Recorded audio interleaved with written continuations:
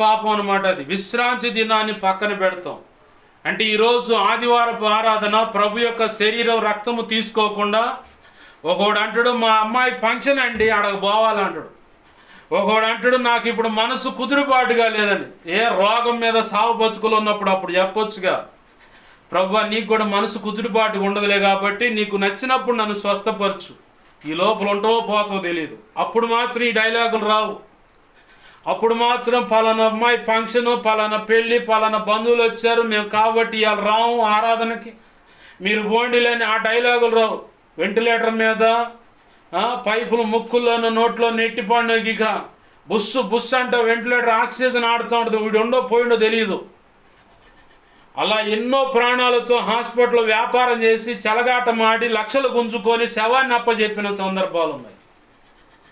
ఆ పరిస్థితులు చెప్పు, ప్రభువా ప్రభువా ఏడనువయ్యా, ఏందయ్యా మాకు ఈ గచ్చి అంటావుగా. అప్పుడు రావు మా అమ్మాయి ఫంక్షను, మా అబ్బాయి పెళ్ళి, వాళ్ళది ఇది అది వ్యవహారాలు ఏం ఉండవు. అప్పుడు తెలిసేదల్లా ఒకటే బోర్ని ఎడుస్తూ ఉంటావు. ఆదివారం ఆరాధనను మిస్ అయ్యావంటే దేవుని భయం నీకు లేదు, దేవుని మీద ప్రేమ నీకు లేదు, దేవుడు నీ జీవితంలో చేసిన మేలును బట్టి నీకు కృతజ్ఞత లేదు. కృతజ్ఞత హీనుడవు, కృతజ్ఞత హీనురాలవు. ఏసన్న గారు పాట రాసుకున్న ఆనంద యాత్ర, ఇది ఆత్మీయ యాత్రలో అన్న పాటలో కృతజ్ఞత లేనివాను వేల కొలదిగా కూలినను కృపావార్తకు సాక్షులమై కృప వెంబడి కృప పొందుచు కృపావార్త చాటెదమని పాట ఉంది. ఆ ఆ చరణాన్ని పక్కన పెట్టారు. కృతజ్ఞత లేని వాళ్ళు ఎన్నో మంది ఐగుప్తు నుంచి బయలుదేరిన తర్వాత ఎన్నిసార్లు సణికి లక్షల మంది ప్రజలు అరణ్యంలో దేవుని చేతే చంపబడ్డారు. 30 లక్షల మంది పైచులకు ప్రజలు, 6 లక్షల మంది సైన్యం ఉంది.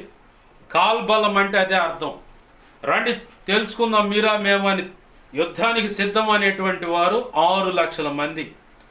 టోటల్గా లెక్కేస్తే వారి భార్య, పిల్లలు, పనివాళ్ళు, పసివాళ్ళు, సంఖలో ఉన్న పక్కన నడిచేవాడు మొత్తాన్ని లెక్కేస్తే 30 లక్షలు అంట బైబిల్ పండితుల యొక్క అంచనా. మొత్తం 40 సంవత్సరాలు అరణ్యంలోనే చచ్చారు కృతజ్ఞత లేనివాళ్ళు. 430 సంవత్సరాలు 4 తరాలు వెట్టి చాకిరిని బట్టి అయ్యో ప్రభు అని మొత్తుకొని బచ్చలాడితే మోషేని పంపించి దేవుడు విడుదల కలుగు చేస్తే కృతజ్ఞత గల్ల వాళ్ళైతే వీళ్ళ సంగతి అంతా పూర్తిగా దేవుడికి తెలుసు కాబట్టి కృతజ్ఞత కలిగిన వాళ్ళైతే అరణ్యంలో ఒక బయలుదేరాల్తా ఉంటే వెనక నుంచి ఫరోని కావాలని దేవుడు కఠినపరిచి వారి హృదయాన్ని కఠినపరిచి పురికొల్పాడు. అసలు ఈ వ్యవహారం ఎంతవాటికి గ్యారంటీ ఏందని. నీ జీవితంలో కూడా దేవుడు చేసిన మేలును బట్టి నువ్వు కృతజ్ఞత కలిగి ఈ కార్యం కూడా దేవుడు ఖచ్చితంగా చేస్తాడు, నా దేవునికి అసాధ్యమైంది ఏది లేదని నువ్వు విశ్వసించి అడుగులు వేస్తావా లేదని కొన్ని సమస్యలు కావాలని ఆయన అనుమతిస్తాడు. కృతజ్ఞత కలిగి ఉన్నావా లేదని చూసుకోవటానికి. ఆనాడు ఐగుప్తులో మన పితరులకు ఐగుప్తును విడిచిపెట్టి ఆ చెరను, ఆ బంధకాలను విడిచిపెట్టి బయటకు వచ్చి అరణ్యంలో నడుస్తున్నటువంటి ఆ వ్యక్తులకే దేవుడు పరీక్షను అనుమతిస్తే నీకెందుకు అనుమతించడు? నీకు కూడా ఖచ్చితంగా అనుమతిస్తాడు. దేవుడు అన్నాడు వీళ్ళు లోబడనోళ్ళని ప్రజలు, అసలు వీళ్ళు ఇంకా తిరుగుబాటు చేయలే. ఆ ఫరో సైన్యం ఇంకా వెనకాల రాలేదు, రాకముందే దేవుడు చెబుతున్నాడు. చదివారు ఆ మాట ఉందా? నిర్గమాకాండంలోను, ద్వితీయోపదేశకాండం, సంఖ్యాకాండం, లేవికాండం చదవండి, అర్థమైతే అవన్నీ.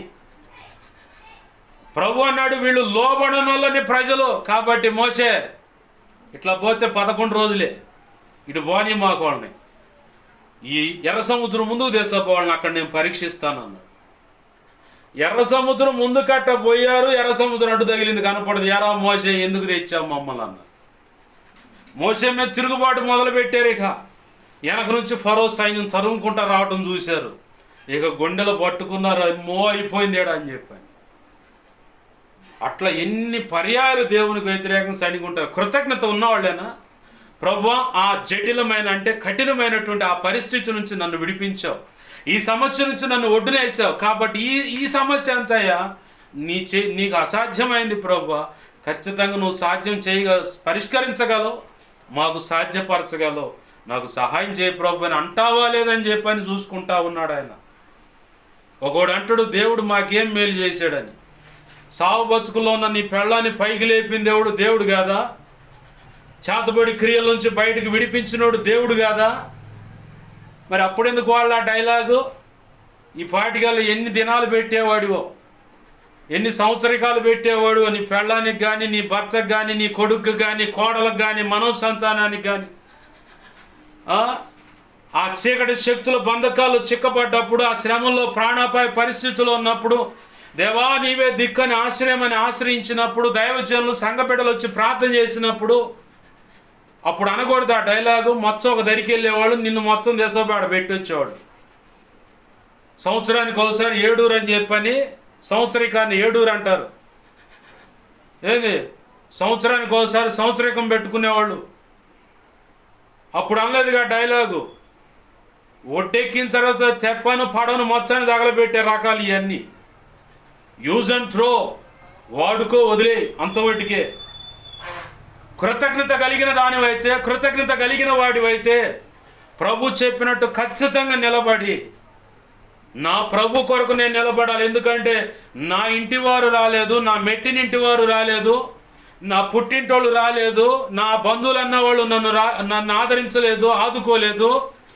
ఈ రోగ శయ్యం మీద అలాగ మంచాన పడి చావు బ్రతుకుల మధ్య అయిపోయిందిరే, ఇంకా ఎముకలు గూడే అని చెప్పని అనుకున్నారు నా బంధువులు, నా అనేవాళ్ళు, చుట్టుపక్కల వాళ్ళు. ఆ పరిస్థితుల నుంచి కూడా నా ప్రభు తన దాసును ఉపయోగపెట్టుకొని పరిశుద్ధుల ప్రార్థన ద్వారా ఆయన కృపను బట్టి స్వస్థపరిచి నన్ను లేపి నిలబెట్టి ఆరోగ్యం ఇచ్చి నడిపిస్తూ ఉంటే, వాస్తవానికి కృతజ్ఞత గలవాడివైతే, కృతజ్ఞత కలిగిన దానివైతే ఏమనాలా? దేవుడు చేసిన కార్యం అండి. ఈ లోకంలో నేను నమ్ముకున్న నన్ను ఆదుకోలేదు, అవన్నీ ఒట్టియే. నా యేసయ్య మేలు చేశాడు, నా యేసయ్య మేలు చేశాడండి అని చెప్పని. ఒకడు తెలివిగా అంటాడు, మేలు చేశాడు కాబట్టేగా బాప్తీసం పొందాం, బాప్తీసం పొంది ఆయన మొఖాన్ని వేసామని చెప్పి అన్నట్టుగా బ్రతుకుతూ ఉంటాడు. ఒకడు అనుకుంటా ఉంటాడు మేలు చేశాడని బాప్తీసం పొంది, బాగానే ఉంది. మరి ఆ బాప్తీసాన్ని నువ్వు కాపాడుకోవాలిగా, ప్రతిరోజు ప్రార్థన చేయాలిగా.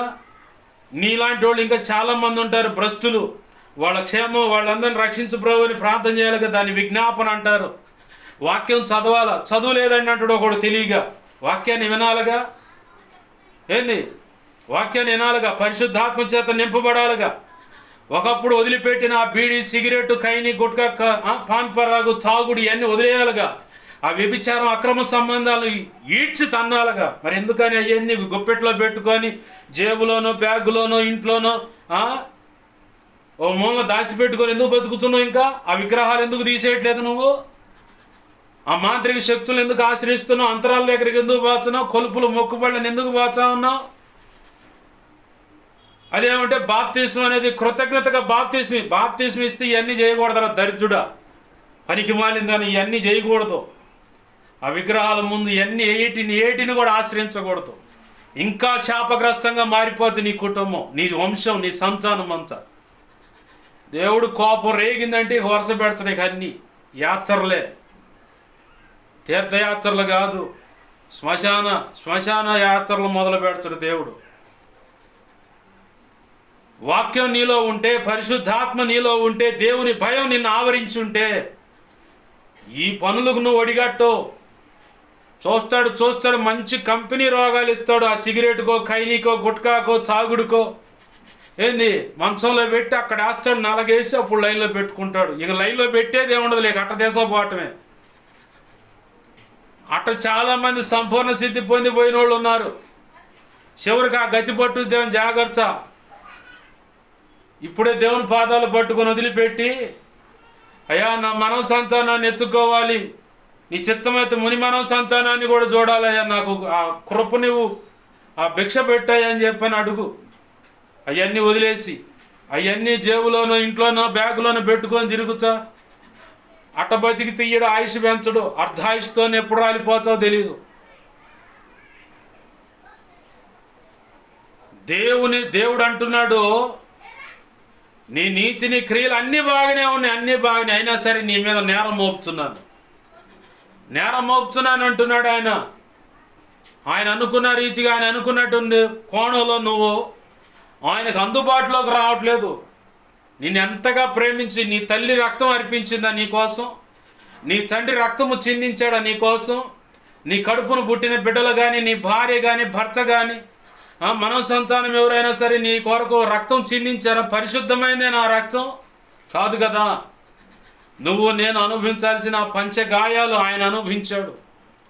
నువ్వు రక్షించబడి ఆయన పోలికగా మారాలని, ఆయన అనుకున్న పని భూమి మీద జరగాలని మాత్రమే ఆయన ఆకాంక్షించి నిన్ను ప్రత్యేకంగా ఆకర్షించి రక్షించుకొని ఆయన కృపను బట్టి సంఘంలో నిలబెడితే నువ్వు హెచ్చులు పడుతున్నావు, బడా వ్యవహారాలు చేస్తున్నావు, తిరుగుబాటు వ్యవహారాలు, అంత గందరగోళంగా ఉంది నీ పని అంతా, నీ పద్ధతి అంతా. ప్రభు అంటుంది అదే, నీ మీద నేను ఒక నేరం మోపుతున్నాను,